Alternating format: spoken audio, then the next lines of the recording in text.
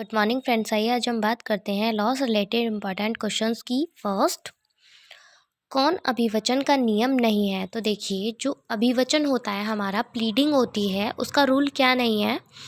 विधि का कथन करें व तथ्यों का अभिवचन करें। ऐसा कोई रूल नहीं है कि भाई हमें विधि का कथन करना ही ज़रूरी है, स्टेटमेंट करना ज़रूरी है या फैक्ट्स निकालना ज़रूरी है। ठीक है।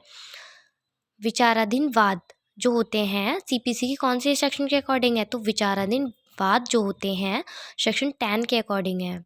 और प्रौढ़ न्याय है सेक्शन 11 के अकॉर्डिंग। निर्णय और जो डिक्री होती है हमारी, निर्णय मतलब जो हमारे जजमेंट होते हैं, और डिक्री होती है सेक्शन 33 के अकॉर्डिंग डिफाइन किया गया है। साक्षी को समन जो होता है तो वो सीपीसी की देखिए, जो एक साक्षी होता है, जो गवाह होता है, तो कोर्ट द्वारा क्या होता है, उसको समन भेजे जाते हैं। तो वो सेक्शन 31 के अकॉर्डिंग आप इसको इस तरीके से याद रख सकते हैं कि भाई जो हमारे गवाह होते हैं, साक्षी होते हैं, गारंटर होते हैं, तो कोर्ट उनको बुलाने के लिए समन भेजती है। ठीक है, भिजवाती है। चाहे तो वो किसी लीगल ऑफिसर के द्वारा भेजे जाते हैं या फिर जो पुलिस ऑफिसर होते हैं उनके अकॉर्डिंग, है ना। तो सेक्शन 31 के अकॉर्डिंग समन साक्षी को भेजे जाते हैं कोर्ट के द्वारा। कौन सा वाद प्रौढ़ न्याय से रिलेटेड है? तो जो केस लॉ है आपका सत्याचरण वर्सेस देवराजन, वो प्रौढ़ न्याय से रिलेटेड है। जहां कोर्ट की अधिकारिता की स्थानीय सीमाएं अनिश्चित हैं, वहां वाद संचित करने का स्थान निर्धारित होगा। तो देखिए, जहाँ पर बात हो रही है कि कोर्ट की अधिकारिता की स्थानीय सीमाएं जो होती हैं, तो वो अनिश्चित होती हैं, उनकी कोई लिमिटेशन नहीं होती है। तो वहाँ पर जो वाद संचित करने का मतलब जो केस डालने का जो स्थान होता है, वो निर्धारित होता है सेक्शन 18 के अकॉर्डिंग।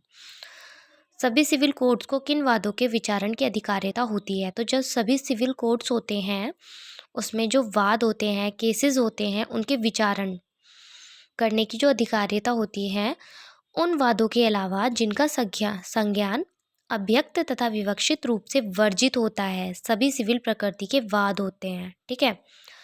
किस वाद में अभी निर्धारित किया गया कि अंतर्निहित अधिकार कोर्ट को प्रदत्त नहीं किया जाता, शक्ति कोर्ट में अंतर्निहित होती है। तो देखिए, जो आपका केस लॉ था, this is most important question, कई बार आपके एग्जाम्स में रिपीट हो चुका है।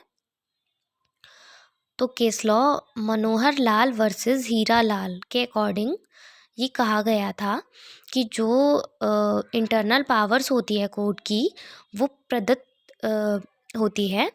ठीक है। पक्षकारों की सहमति से कोर्ट द्वारा पारित डिक्री को आप आज्ञप्ति भी कह सकते हैं इन हिंदी, के विरुद्ध अपील नहीं की जाती। भाई, जब एक बार जजमेंट कर दिया जाता है या डिक्री बन जाती है, तो उसके अगेंस्ट कोई भी अपील नहीं डाली जा सकती।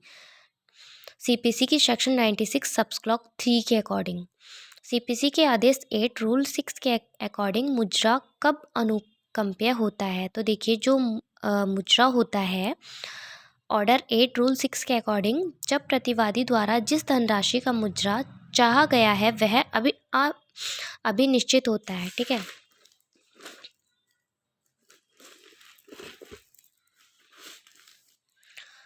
अब बात आती है अस्थायी आदेश की। देखिए, जो स्थायी रूप से आदेश निर्धारित नहीं किए हुए होते हैं, उनको हम क्या कहते हैं? अस्थायी आदेश। ठीक है।